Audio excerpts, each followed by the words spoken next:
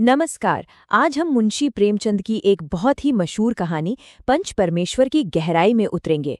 ये कहानी दोस्ती, फर्ज और एक ऐसे सवाल के इर्द गिर्द घूमती है जो किसी की भी जिंदगी में आ सकता है।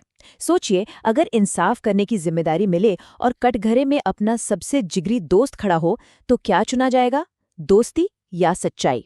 यही वो सवाल है जो इस कहानी की आत्मा है। ये एक ऐसा सवाल है जो कहानी के किरदारों को अंदर तक झकझोर देता है। तो चलिए साथ मिलकर देखते हैं कि दोस्ती और फर्ज की इस मुश्किल कसौटी पर कौन खरा उतरता है। कहानी की शुरुआत होती है दो पक्के दोस्तों से, जुम्मन शेख और अलगू चौधरी। इनकी दोस्ती इतनी गहरी थी, इतनी पक्की थी कि पूरे गांव में लोग इनकी मिसालें दिया करते थे। देखिए, इनकी दोस्ती किसी मतलब की नहीं थी। जुम्मन अपने ज्ञान के लिए जाने जाते थे और अलगू अपनी दौलत के लिए। लेकिन उनका रिश्ता इन सब चीजों से बहुत ऊपर था। विश्वास ऐसा था कि जब एक दोस्त गांव से कहीं बाहर जाता तो दूसरा उसके घर परिवार की पूरी जिम्मेदारी अपने ऊपर ले लेता था, बिना किसी सवाल के। ये था उनका अटूट भरोसा। पर कहते हैं ना, वक्त हमेशा एक सा नहीं रहता। बहुत जल्द इनकी दोस्ती की इसी मजबूत नींव को एक बड़ी चुनौती का सामना करना पड़ा। कहानी में एक ऐसा मोड़ आया जिसने उनके रिश्ते को एक बहुत बड़ी परीक्षा में डाल दिया।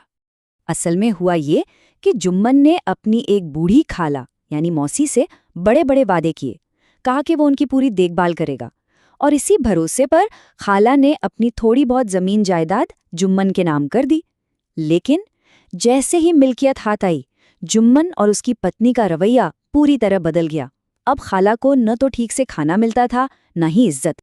जब पानी सिर से ऊपर चला गया तो बेचारी खाला ने एक सीधी सी बात कही। उन्होंने कहा, बेटा, तुम मुझे हर महीने थोड़े पैसे दे दिया करो, मैं अपना खाना खुद बना लूंगी।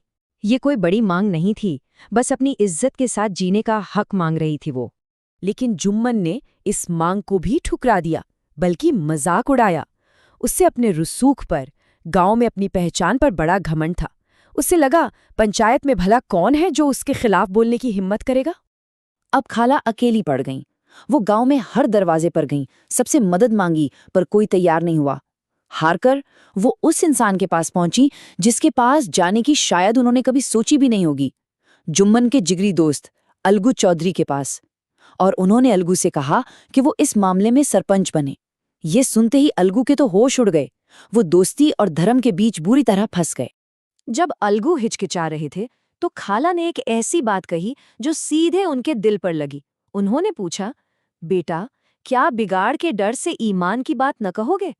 मतलब, क्या सिर्फ एक रिश्ता टूटने के डर से सच का साथ छोड़ दोगे? बस यही वो एक सवाल था जिसने अलगू को एक बड़ा फैसला लेने पर मजबूर कर दिया। तो अब वो घड़ी आ गई थी जब फैसला होना था। अलगू के लिए ये बहुत मुश्किल था। एक तरफ सालों पुरानी दोस्ती थी और दूसरी तरफ उसका ज़मीर, उसका ईमान। उसे चुनना क्या था? जैसे ही अलगू पंच की कुर्सी पर बैठे, उनके अंदर का इंसान बदल गया। अब वो दोस्त नहीं बल्कि एक जज थे, और उन्होंने अपनी आत्मा की आवाज़ सुनी। फैसला अपने ही दोस्त जुम्मन के खिलाफ सुनाया। खाला को हर महीने गुजारा भत्ता दिया जाना चाहिए। इस एक फैसले ने सालों पुरानी दोस्ती में जहर घोल दिया। जुम्मन को लगा कि अलगू ने इंसाफ नहीं किया बल्कि दोस्ती में धोखा दिया है। उस दिन से वो अलगू को अपना सबसे बड़ा दुश्मन मानने लगा और मन ही मन उससे बदला लेने का मौका तलाशने लगा। कहानी यहाँ रुकी नहीं, किस्मत का पहिया घूमा। कुछ ही समय बाद हालात ऐसे बने कि पासा पूरी तरह पलट गया, और इस बार खुद अलगू चौधरी पंचायत के कटघरे में आ खड़े हुए। हुआ ये था कि अलगू ने अपना एक बैल समझू साहू नाम के एक गाड़ीवान को उधार पर बेचा था। पर उस समझू ने जानवर पर बिल्कुल रहम नहीं किया। दिन रात उससे काम करवाया, न चारा दिया न पानी।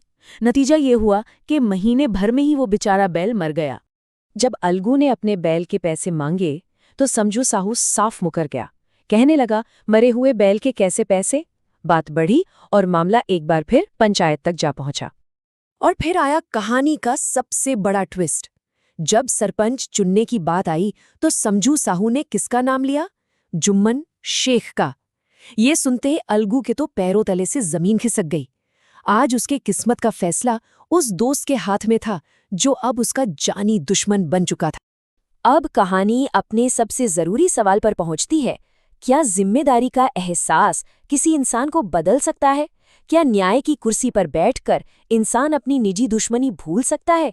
प्रेमचंद इस विचार को बहुत खूबसूरती से सामने लाते हैं। वो बताते हैं कि जैसे ही जुम्मन उस पंच की जिम्मेदारी वाली कुर्सी पर बैठा, उसे अपनी हैसियत का, अपनी जिम्मेदारी का एहसास हुआ। अचानक उसके दिल से बदले की आग बुझ गई। अब उसे सिर्फ सच और झूठ, सही और गलत दिखाई दे रहा था। अपने मन की सारी कड़वाहट को परे रखकर जुम्मन ने वही किया जो एक पंच का धर्म होता है। उसने न्याय किया। उसने फैसला सुनाया कि समझू साहू को बैल की पूरी कीमत अलगू को देनी होगी, क्योंकि बैल की मौत उसी की वजह से हुई थी। जुम्मन का ये सच्चा और ईमानदार फैसला सुनकर पूरा गांव हैरान रह गया। सब उसकी जय जयकार करने लगे। वो समझ गए कि पंच की कुर्सी पर बैठने वाला कोई आम इंसान नहीं होता, उसमें परमेश्वर का वास होता है। और इसीलिए सब चिल्ला उठे, पंच परमेश्वर की जय। और अब कहानी अपने सबसे खूबसूरत मोड़ पर आती है। ये वो पल है जहां न्याय ही उस रिश्ते को फिर से जिंदा करता है जिसे कभी न्याय ने ही तोड़ा था। फैसला सुनाने के बाद जुम्मन सीधा अलगू के पास गया और उसे गले लगा लिया। आज उसे वो बात समझ आई थी जो पहले नहीं आई थी। उसने कहा, भाई, आज मुझे समझ आया कि पंच की कुर्सी पर बैठकर न कोई किसी का दोस्त होता है और न ही दुश्मन। ये सुनते ही अलगू भी अपने आंसू रोक नहीं पाया। दोनों दोस्त रोते हुए एक दूसरे के गले लग गए और उनके आंसुओं ने उनके बीच की सारी कड़वाहट, सारे गिले शिकवे धो दिए। उनकी दोस्ती की जो बेल सूख चुकी थी, वो आज फिर से हरी हो गई, और इस बार पहले से भी कहीं ज्यादा मजबूत। तो ये कहानी हमें एक बहुत बड़े और हमेशा जिंदा रहने वाले सवाल के साथ छोड़ जाती है। जब भी किसी के सामने ऐसी स्थिति आए जहां एक तरफ निजी रिश्ते हों और दूसरी तरफ निष्पक्ष सच्चाई, तो उसे क्या चुनना चाहिए? इस सवाल पर सोचने के लिए ये कहानी हमें हमेशा प्रेरित करती रहेगी।